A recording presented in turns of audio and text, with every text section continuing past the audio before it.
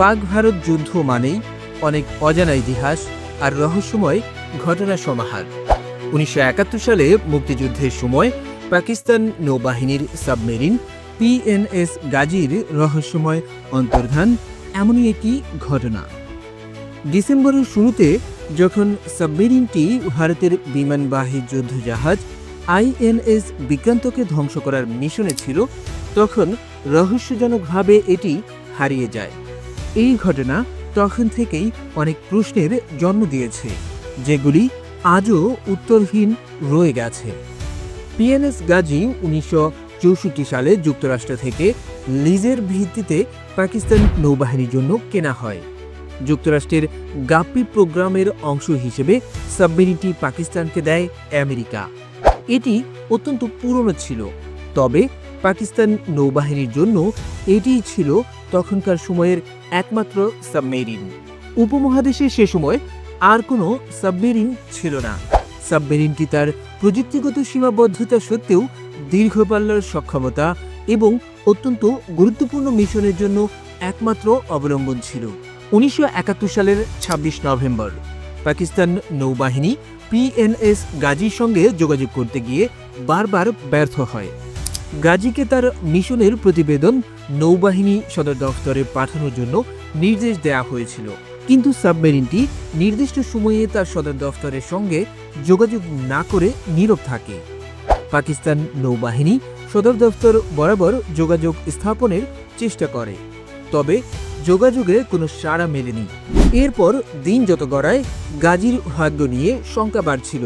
পাকিস্তান নৌবাহিনীর উচ্চপদস্থ কর্মকর্তারা তাদের জুনিয়র অফিসারদের শান্ত করার জন্য কিছু কারণ উল্লেখ করেন এবং তারা ব্যাখ্যা করার চেষ্টা করেন যেসব কারণে গাজীর যোগাযোগ বিলম্ব হতে পারে। ৯ ডিসেম্বর ভারতীয় নৌবাহিনী গাজীর ভাগ্য সম্পর্কে একটি বিবৃতি প্রকাশ করে। প্রথমবারের মতো গাজী ডুবির বিষয়ে ইঙ্গিত দেয় তারা, যখন ভারতীয় নৌবাহিনী সদর দফতরে একটি বার্তা পাঠায়। সেখানে তারা দাবি করে যে পিএনএস গাজী ৩ ডিসেম্বর রাতে ডুবে গেছে। এখান থেকেই রহস্যের সূত্রপাত। কারো মতে গাজী ভারতীয় নৌবাহিনীর ছোড়া ডেপথ চার্জের কারণে ডুবে গেছে, আবার কারো কারো মতে এটি ইন্টারনাল বিস্ফোরণে ডুবে গেছে।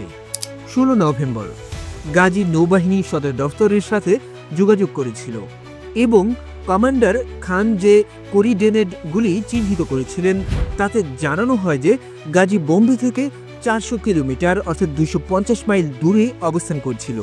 ১৯ নভেম্বর গাজী শ্রীলঙ্কার দিকে যাত্রা করে এবং ২০ নভেম্বর বঙ্গোপসাগরে প্রবেশ করে।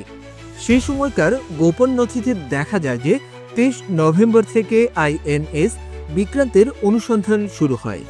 পিএনএস গাজী চেন্নাইয়ের দিকে রওনা দেয়, যেখানে ভারতীয় বিমানবাহী রণতরীটি অবস্থান করছিল, কিন্তু সে ১০ দিন দেরিতে পৌঁছায় এবং আইএনএস বিক্রান্ত ততদিনে আন্দামান দ্বীপপুঞ্জের কাছে অবস্থান করছিল। গাজী তার লক্ষ্য শনাক্ত করতে ব্যর্থ হয় এবং তার কমান্ডাররা বিক্রান্ত অনুসন্ধানের ব্যাপারে হতাশ হয়ে বিশাখাপত্তনমে পৌঁছান এবং ২ থেকে ৩ ডিসেম্বর রাতে মাইন ফেলানোর প্রস্তুতি নিতে শুরু করেন। তাদের বিশ্বাস ছিল যে এটি অন্তত আইএনএস বিক্রান্ত বা ভারতীয় নৌবাহিনীর ভারী ইউনিটগুলোর জন্য একটি বড় বিপদ সৃষ্টি করবে।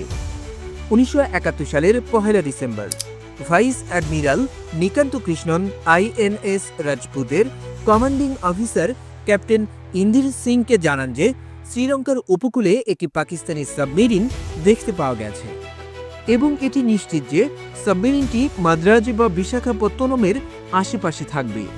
তিনি স্পষ্টভাবে জানান যে একবার আইএনএস রাজপুত রিফুয়েলিং সম্পন্ন করলে এটি তার নেভিগেশনাল অ্যাডস বন্ধ করে বের হয়ে যাবে।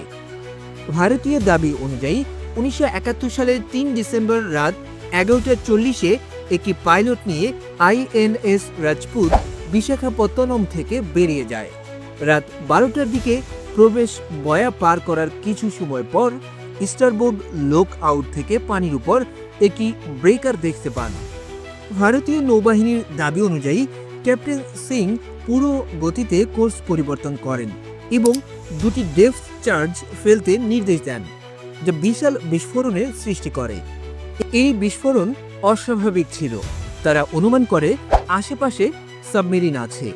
আইএনএস রাজপুত কিছু সময় ধরে এলাকায় ডেপথ চার্জ ফেলতে থাকে, কিন্তু ভিজুয়াল বা অ্যাকুস্টিক আর কোনো সিগন্যাল পাওয়া যায় না।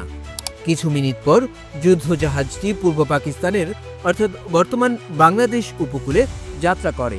তাই ধারণা করা হয় 4 থেকে 5 ডিসেম্বর রাতে গাজী রহস্যজনকভাবে ডুবে যায় এবং এতে থাকা 93 জন সেনা, যাদের মধ্যে 11 জন ছিলেন অফিসার এবং 82 জন নাবিক, প্রত্যেকেই মৃত্যুবরণ করে। ভারতীয় ডিএনআই এর পরিচালক রিয়ার অ্যাডমিরাল মিহির কে এর রায়ের মতে গাজীর অবস্থান প্রথম প্রকাশ পায় যখন চিটাগং নৌবাহিনী কর্তৃপক্ষের উদ্দেশ্যে একটি সংকেত ইন্টারসেপ্ট করা হয়, যেখানে নৌ কর্তৃপক্ষ লুব্রিকেশন তেলের মজুদের বিষয়ে তথ্য চেয়েছিল, যা শুধুমাত্র সাবমেরিন এবং মাইন সুইপারদের জন্য ব্যবহৃত হয়। ভারতীয় নৌবাহিনী গাজীর কোড নাম দিয়েছিল কালী দেবী এবং তারা বুঝতে পারে যে পাকিস্তান তাদের সাবমেরিন গাজীকে বঙ্গোপসাগরে পাঠাতে বাধ্য হবে, কারণ এটি একমাত্র সাবমেরিন ছিল যা এই পানিতে কার্যকরভাবে কাজ করতে পারত। কিন্তু মূল বিতর্ক আসে গাজীর ডুবে যাওয়া নিয়ে। ভারতীয় নৌবাহিনীর ইতিহাসের দলিল ট্রানজিশন টু ট্রায়াম্ফ, যেটি রিটায়ার্ড ভাইস অ্যাডমিরাল জি.এম. হিন্দর নন্দানী লিখেছেন, সেখানে তিনি গাজীর ডুবির ব্যাপারে বিস্তারিত বর্ণনা দেন। তিনি লিখেছেন যে আইএনএস রাজপুত গাজীকে অনুসরণ করতে পাঠানো হয়েছিল।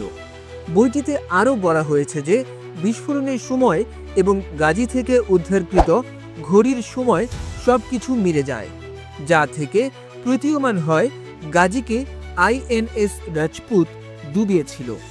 যদিও ভাইস অ্যাডমিরাল হীরা নন্দানী বলেছেন যে গাজী নিশ্চিতভাবে অভ্যন্তরীণ বিস্ফোরণের শিকার হয়েছে, তবে এর কারণ এখনও বিতর্কিত।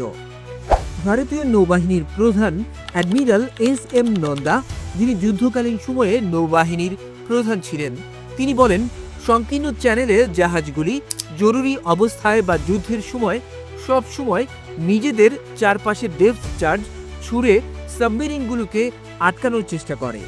সম্ভবত একটি চার্জ গাজীকে আঘাত করেছে এবং যেটি বিস্ফোরণ ঘটিয়েছিল, কিন্তু কেউ জানত না কি ঘটেছিল যতক্ষণ না মাছ ধরার লোকেরা লাইফ জ্যাকেট খুঁজে পায়। অপরদিকে পাকিস্তান নৌবাহিনী ভারতীয় নৌবাহিনীর তথ্য মেনে নেয়নি। তারা গাজী দুর্ঘটনার কারণ সম্পর্কে তাদের বিকল্প বিশ্লেষণ উপস্থাপন করেছে। তাদের মতে সাবমেরিনের ব্যাটারি চার্জ করার সময় হাইড্রোজেন গ্যাস অতিরিক্ত উৎপাদিত হয়ে থাকতে পারে, যা একটি অভ্যন্তরীণ বিস্ফোরণে পরিণত হয় এবং গাজী বিধ্বস্ত হয়। আবার তাদের অনেকের মতে ভেতরে রাখা টর্পেডো বিস্ফোরিত হয়ে গাজী ধ্বংস হয়ে যায়। আরেকটি তথ্য যা বিদেশি বিশেষজ্ঞদের দ্বারা সমর্থিত এবং পাকিস্তানও সমর্থন করে তা হল আইএনএস রাজপুত থেকে ছোড়া ডেপথ চার্জের বিস্ফোরণ ভেতরে রাখা এক বা একাধিক মাইন এবং টর্পেডোকে বিস্ফোরিত করতে পারে। 2003 সালে ভারতীয় কোস্টগার্ড ডাইভারদের একটি পরিদর্শনের পরে এটি নিশ্চিত হয় যে গাজী সাবমেরিনের কিছু অংশ বাইরের দিকে উড়ে গিয়েছিল, যা এই তত্ত্বের পক্ষে বিশ্বাসযোগ্যতা সৃষ্টি করে।